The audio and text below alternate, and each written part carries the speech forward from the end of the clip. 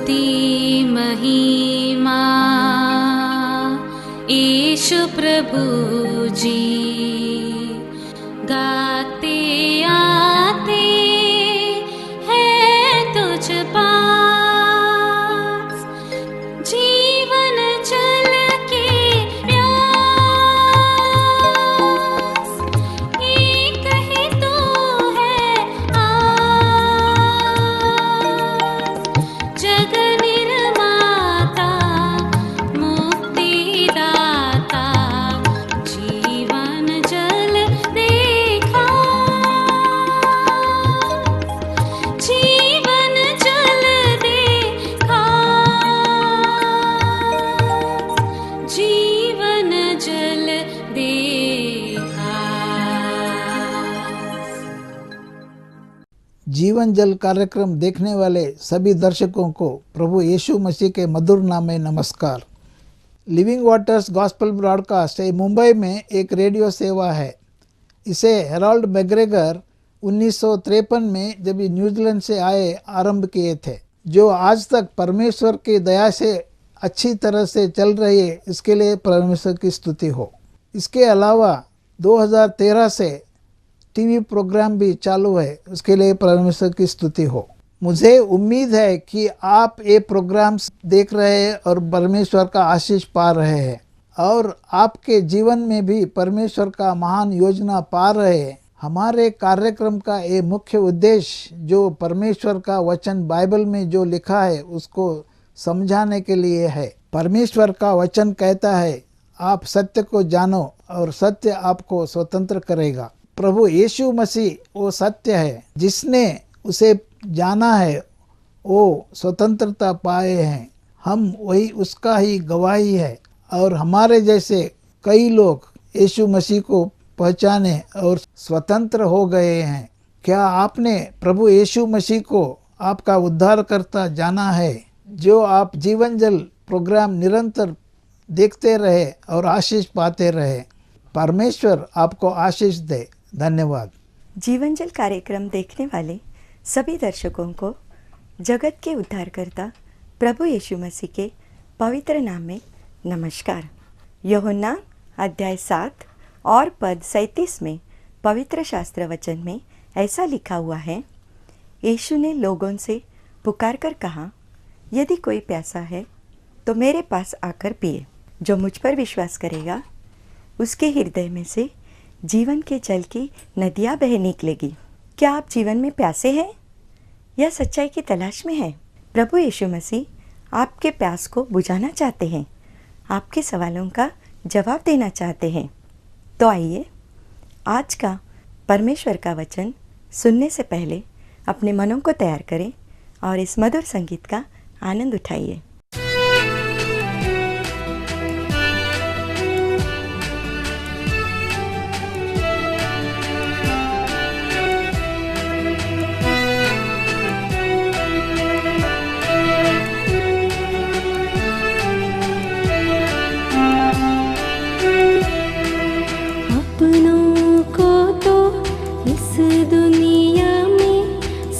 प्यार करते हैं, दुश्मन को भी प्यार करना मसीहा सिखाते हैं।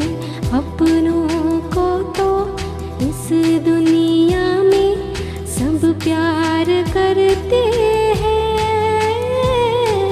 दुश्मन को भी प्यार करना मसीहा सिखाते हैं।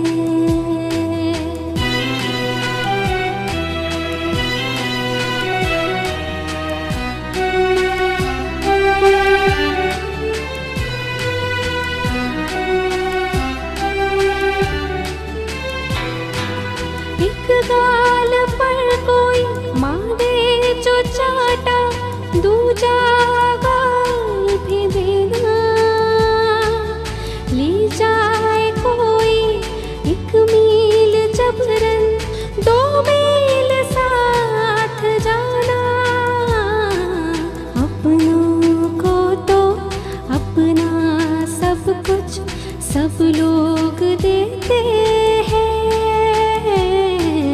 गैरों पर भी सब कुछ लुटाना मसीहा सिखाते हैं। अपनों को तो इस दुनिया में सब प्यार करते हैं, दुश्मन को भी प्यार करना मसीहा सिखाते हैं।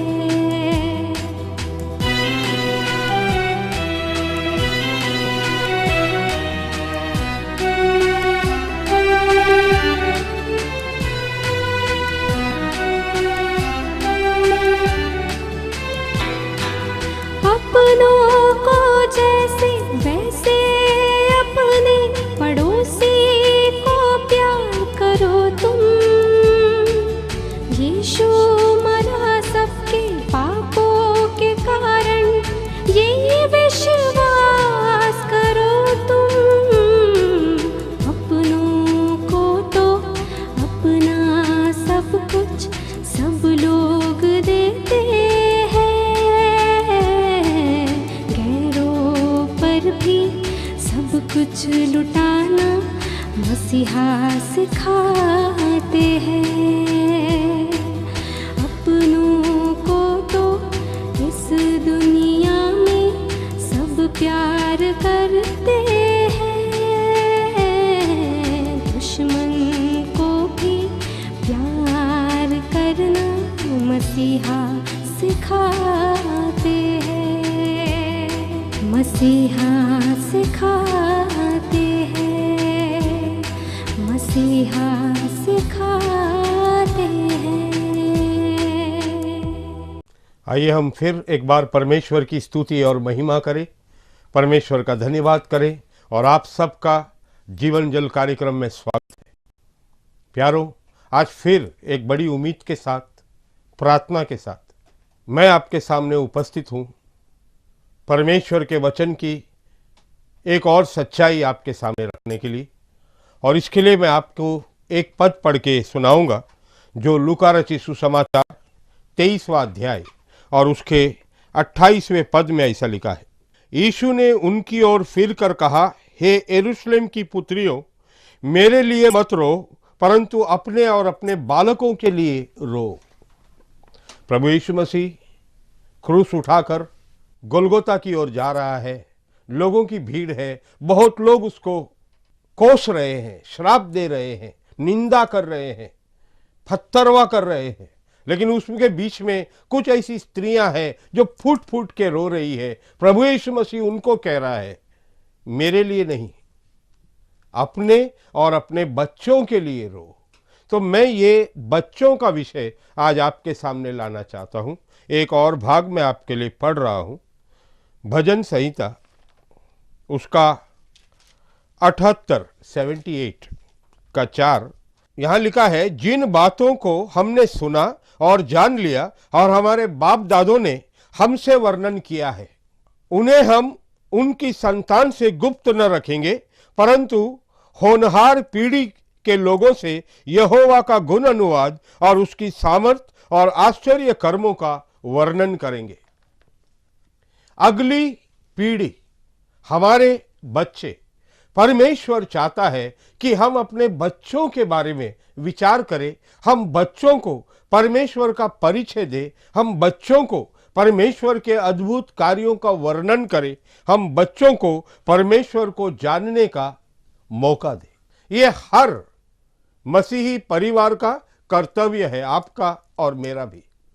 अगर हम योएल की पुस्तक में जाएं, उसके 1:3 में ऐसा लिखा है, योएल 1:3 मैं आपके लिए पढ़ रहा हूं, अपने लड़के वालों से इसका वर्णन करो और वे अपने लड़के वालों से और फिर उनके लड़के वाले आने वाले पीढ़ी से ये वर्णन करें, परमेश्वर के बारे में उनको बताए।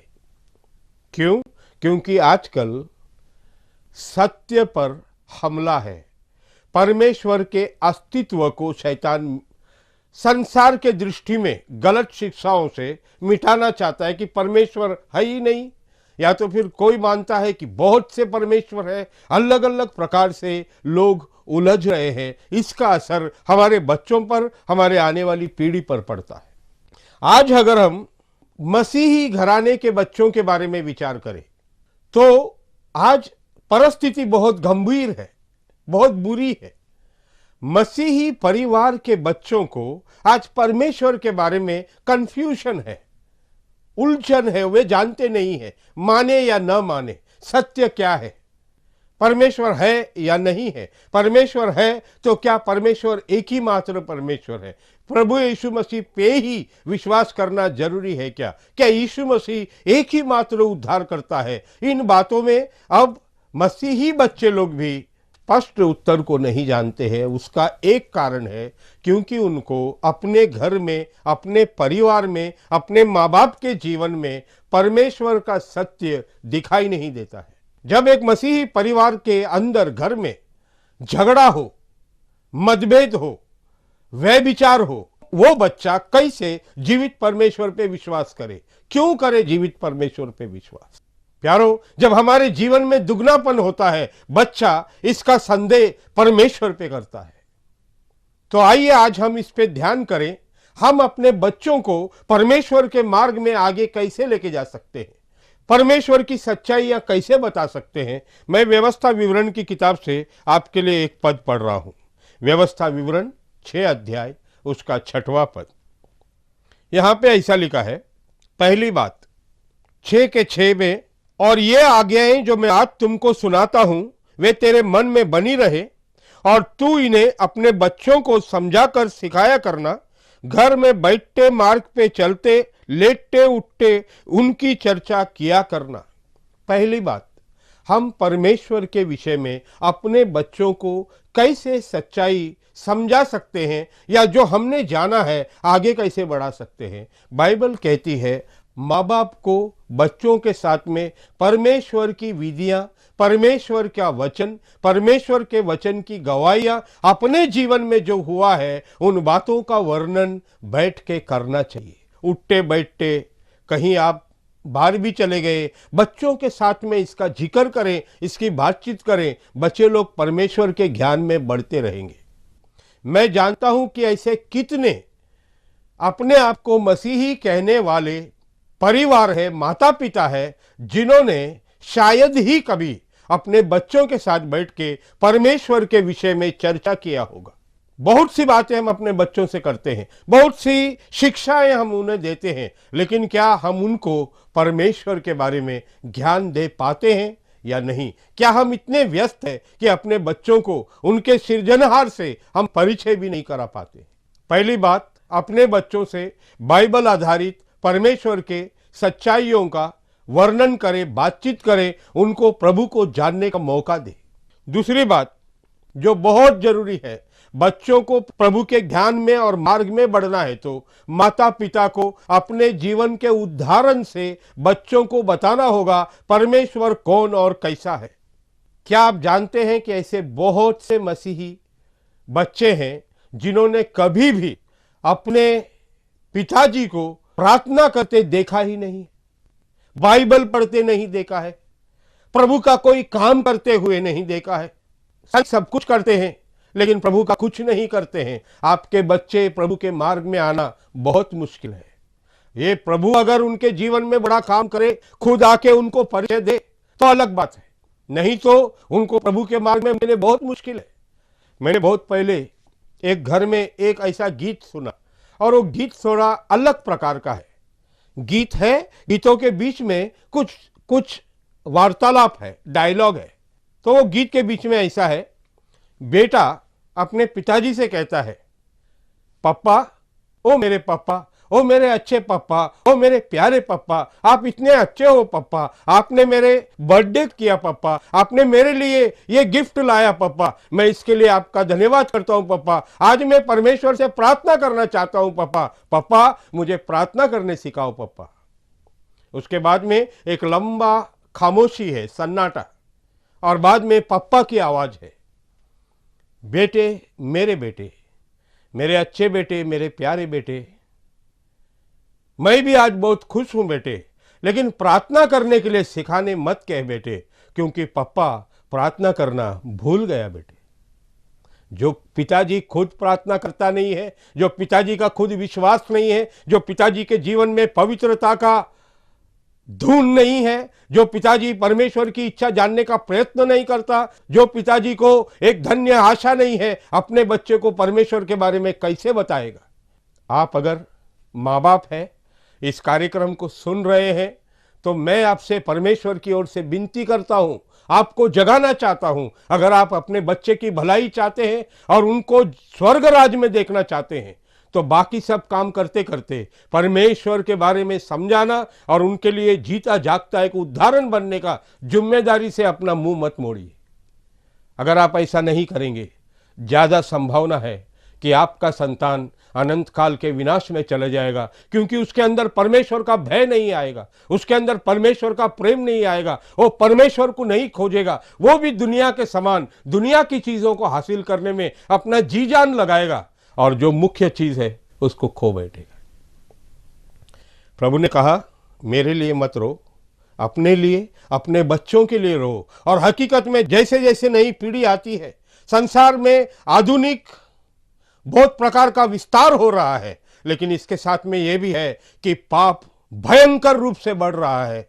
और आज कोई भी चीज किसी से अनजान नहीं है। छोटे छोटे बच्चे भयानक पापों में ऑलरेडी पड़ चुके हैं और हमें उसको बचाना है तो परमेश्वर का ज्ञान देना होगा, यीशु मसीह का चर्चा करना होगा। बाइबल में ऐसा भी लिखा है, नीति वचन में, नीति वचन और उसका 22वां अध्याय के 6वें पद में हम ऐसा पढ़ते हैं, लड़के को शिक्षा उसी मार्ग की दे जिसमें उसको चलना चाहिए, और वो बुढ़ापे में भी उससे ना हटेगा, उसे भूल नहीं पाएगा। लड़के को किस मार्ग में चलना है उसकी शिक्षा दो। Train up a child in the way he should go. प्यारो, क्या आप अपने बच्चों को शिक्षा देते हैं? आप देखिएगा आजकल के जमाने में बहुत कुछ हो रहा है, अलग अलग कार्यक्रम, प्रतियोगिता होता है, नाच डांस कंपटीशन होता है, सिंगिंग कंपटीशन होता है, और क्या क्या होता है। और माँ बाप जो है अपने बच्चों को उसमें ट्रेन अप करते हैं। 3 साल की उम्र से, 4 साल की उम्र से उनको डांसिंग क्लासेस में भेजते हैं, उनको गीत गाने सिखाते हैं, उनको मार्शल आर्ट्स के लिए भेजते हैं। क्यों? संसार में नाम कमाने के लिए। लेकिन हम जो आत्मिक माता पिता है, हम जिन्होंने प्रभु को चखा है, हम अपने बच्चों को क्या शिक्षा देते हैं? किस प्रकार से अपने बच्चों को हम ट्रेनिंग देते हैं? हमारे जीवन में, हमारे दिन प्रतिदिन के जीवन में हम बच्चों को सिखाएं कि एक समय परमेश्वर के लिए अलग करें, परमेश्वर की उपस्थिति में आए, प्रार्थना करने सिखाए, परमेश्वर पे भरोसा करने सिखाइए, परमेश्वर हमें हर बात में देखता है, इसके लिए ईमानदार रहने सिखाइए। और वो ईमानदारी, वो सच्चाई मरने तक आपके बच्चे के जीवन में बरकरार रहेगी। परमेश्वर का वचन कहता है, क्या कहता है? हम अपने बच्चों को अभी से आत्मिक बातों में शिक्षा दे, ट्रेनिंग दे, उनको संडे स्कूल में भेजे, उनको साथ में बैठकर परमेश्वर का वचन पढ़े, ताकि वे सत्य को जाने, क्योंकि एक दिन सत्य उनको स्वतंत्र करेगा। और एक बात ऐसी लिखी है 23वें अध्याय के 13वां पद में, लड़के की ताड़ना न छोड़ना, क्योंकि यदि तू उसको छड़ी से मारे तो वो न मरेगा। बाइबल ये बात को सिखाती है, अच्छी चीजें सिखाने के लिए, बुराई से अलग रखने के लिए बच्चे को जरूरत पड़ने से अगर छड़ी भी मारना पड़े तो पीछे नहीं हटना। कुछ माँ बाप अपने बच्चों से इतना प्रेम करते हैं कि उनको कभी नहीं डांटते हैं।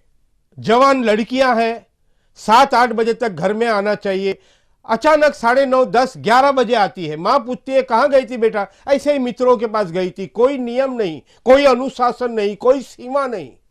बच्चों के लिए अनुशासन होना अति आवश्यक है। सही और गलत का पहचान होना जरूरी है। अगर गलत करते हैं तो उसकी सजा मिलना जरूरी है। मैं ये नहीं कहता हूं कि उनको भूखा रखो, जरूरत से बाहर मारो, उनकी आंख मुंह सुझा दो, नहीं, लेकिन उनको परमेश्वर का, माता पिता का भय होना जरूरी है। जो माँ बाप अपने बच्चों को अनुशासन में नहीं रखते हैं, कभी नहीं पूछते हैं, कल आपको रोना पड़ेगा। और किसी को दोष मत लगाइएगा, दोष आपका है। बहुत पहले मैंने एक ऐसी कहानी सुनी। आजकल भारत में फांसी बहुत कम होती है, आजकल भी फांसी हो रही है, लेकिन उसके बारे में अपील हुआ है और फांसी को रोका गया है। लेकिन एक समय था फांसी होती थी, और उन्हीं समयों की बात है, एक जवान लड़का जो हत्या करते हुए पकड़ा गया और उसको फांसी का दंड सुनाया गया, फांसी का मौत उसको न्यायाधीश ने सुना दिया। फांसी होने वाला है। अंतिम दिनों में, अंतिम समय में पूछा जाता था, जिसका फांसी होगा उसको पूछा जाता था कि तुम्हारी आखिरी ख्वाहिश क्या है, तुम्हारी आखिरी इच्छा क्या है। ये जवान को जब पूछा कि तेरी आखिरी इच्छा क्या है, तो कहा मैं अपनी मां को गले लगाना चाहता हूं। तो सब लोग ने सोचा कितना भी बुरा है, मां से बहुत प्यार करता है। उसकी मां को लाया गया, और जब ये उसकी मां को गले लगने गया तो इसने गले नहीं लगा। सब लोग चौंक गए, ये अपनी मां का गला दबाने लगा। लोग आए, पुलिस वाले आए, उसको खींच के निकाला, उसको डांटने लगे, कैसा आदमी है, अभी मरने वाला, अपनी मां के साथ ऐसा करता है। तो कहा सर, जब मैं 6-7 साल का था, मैंने एक दुकान से सेफ्टी पिन का एक गुच्छा चुरा के लेके आया और मेरी मां को दिया, और मेरी मां ने अगर उसी दिन मुझे चाटा मारा होता, आज मैं यहां फांसी पर नहीं चढ़ता। प्यारे भाई और बहन, माँ बाप, अपने बच्चों से प्रेम कीजिए, लेकिन आपका प्रेम बच्चों को बुराई करने की ओर नहीं, सच्चाई करने की ओर मोड़े, ये आपका कर्तव्य है। तो हम यहाँ पे देखते हैं, परमेश्वर का वचन ऐसा कहता है। अगर हम उत्पत्ति की किताब उसका 18 अध्याय और उसके 19वें पद में आए, तो इब्राहिम के बारे में एक बहुत अच्छी गवाही दी गई है। ये गवाही क्या है? हम यहाँ पे ऐसा पढ़ते हैं, परमेश्वर कहता है, क्या कहता है? मैं जानता हूं कि वो अपने पुत्रों और परिवार को जो उसके पीछे रह जाएंगे आज्ञा देगा कि वे यहोवा के मार्ग में अटल बने रहे और धर्म और न्याय करते रहे, इसलिए कि जो कुछ यहोवा ने इब्राहिम के विषय में कहा है उसे पूरा करे। क्या देखते हैं प्यारे मित्रों? परमेश्वर इब्राहिम के बारे में कहता है कि मैं जानता हूं। वो कौन है? सर्वज्ञानी परमेश्वर। वो क्या जानता है? इब्राहिम न केवल परमेश्वर के मार्ग में चलेगा, परमेश्वर की बातों को मानेगा, लेकिन अपने बच्चों को केवल सिखाएगा, सजेशन नहीं देगा, सुझाव नहीं देगा, बेटा करना है तो करो और नहीं तो मत करो। ऐसा नहीं, तुमको करना ही होगा, क्योंकि इसी के ऊपर तुम्हारा भविष्य और अनंत काल निर्भर है। तुमको परमेश्वर के साथ में ही चलना होगा। इब्राहिम ने ऐसा किया और ये बात परमेश्वर को अच्छी लगी।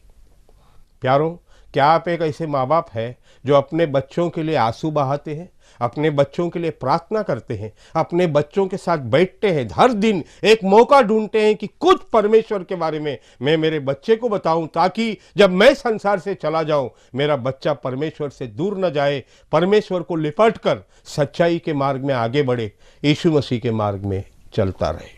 अंत में 2 यूहन्ना 1 अध्याय उसका 4 पद, यहाँ पे लेखक यूहन्ना ऐसा कहता है, मैं बहुत आनंदित हुआ कि मैंने तेरे कितने लड़के वालों को इस आज्ञा के अनुसार जो हमें पिता की ओर से मिलती थी सत्य पर चलते हुए पाया। मैं बहुत खुश हूं कि आपके बच्चे सत्य के ऊपर चल रहे हैं। हमारी भी यही प्रार्थना है। अगर आपके बच्चों को कोई सुझाव चाहिए, शिक्षा चाहिए, मदद चाहिए, प्रार्थना चाहिए, हमसे संपर्क करना, हम जरूर उनकी सहायता करेंगे, आपके बच्चों के लिए प्रार्थना करेंगे। आप एक निर्णय लीजिए आज कि हमारे घर में हम आज से परमेश्वर की वेदी बनाएंगे, अर्थात हम मिलकर सामूहिक रूप से, पारिवारिक रूप से परमेश्वर की उपस्थिति में बैठेंगे, परमेश्वर की आदर महिमा करेंगे। आप ऐसा करने से आपके बच्चों के प्राण पे असर होगा और वे भी परमेश्वर के मार्ग में चलेंगे। आइए प्रार्थना करते हैं। सेनाओं के यहोवा अति पवित्र परमेश्वर, ओ तू कितना महान है प्रभु जी। आपको हमारी चिंता है और हमारे आने वाले बच्चों की चिंता है। प्रभु जी, ये बच्चे आपने हमें एक वरदान के रूप में दिए हैं, ये आपकी अमानत है। उनको सही तरह से तैयार करके आपको वापस लौटाने में हमारी सहायता कर। पिता परमेश्वर, मैं उन घरों के लिए प्रार्थना करता हूँ, उन परिवारों के लिए प्रार्थना करता हूँ, उन बच्चों के लिए प्रार्थना करता हूं जिन्होंने आपको जाना नहीं है, जिनके अंदर आपका भय नहीं है, जिनके अंदर आपके ऊपर विश्वास नहीं है। ओ प्रभु जी, अंधकार की सारी योजनाओं को हटा दे। हर एक परिवार में प्रभु यीशु मसीह की पहचान होने के लिए, हर एक बच्चे के अंदर परमेश्वर का ज्ञान होने के लिए सहायता कर प्रभु, क्योंकि अंतिम दिनों में तू अपना आत्मा को उंडेलेगा और तू लोगों को आशीषों से भरपूर करेगा। इसके लिए आपका धन्यवाद करते हैं। कोई भी बच्चा अगर माँ बाप के रोने के बावजूद प्रभु जी जो भटके हुए हैं उनको वापस लौटने में आप सहायता कीजिए। प्रभु जी जो उलझनों में पड़े हुए हैं उनको वहां से निकलने में मदद कीजिए। जो माँ बाप आपको दुहाई दे रहा है उसकी प्रार्थना सुनिए। प्रभु यीशु के नाम से मांगते हैं, आमीन। प्यारों, अपने बच्चों को प्रभु के पास लाइए। प्रभु आपको और उनको दोनों को आशीष देगा। आप सबको जय मसीह। क्या परमेश्वर ने इन वचनों के द्वारा आपसे बातें किया है? क्या आप इसी विषय पर अधिक जानकारी प्राप्त करना चाहते हैं या किसी प्रार्थना के विषय को बांटना चाहते हैं? तो निसंदेह हमसे संपर्क करें। हमारा पता living waters gospel broadcast, Nav Bhavna 422 SVS road, post box number 19161, Prabha Devi, Mumbai 400025। प्रार्थना एवं मुफ्त बाइबल कॉरेस्पॉन्डेंस कोर्स के लिए हमें संपर्क करें या अपना नाम और पता SMS कर सकते हैं। हमारा mobile number 09892580744। Email ID gospelbroadcast@yahoo.com। Web address www.lwgb.org। जीवनजल कार्यक्रम को हर सोमवार संध्या 6 बजे और हर बुधवार संध्या 6:30 बजे और हर शनिवार सुबह 8 बजे इसी चैनल पर देख सकते हैं। नमस्कार।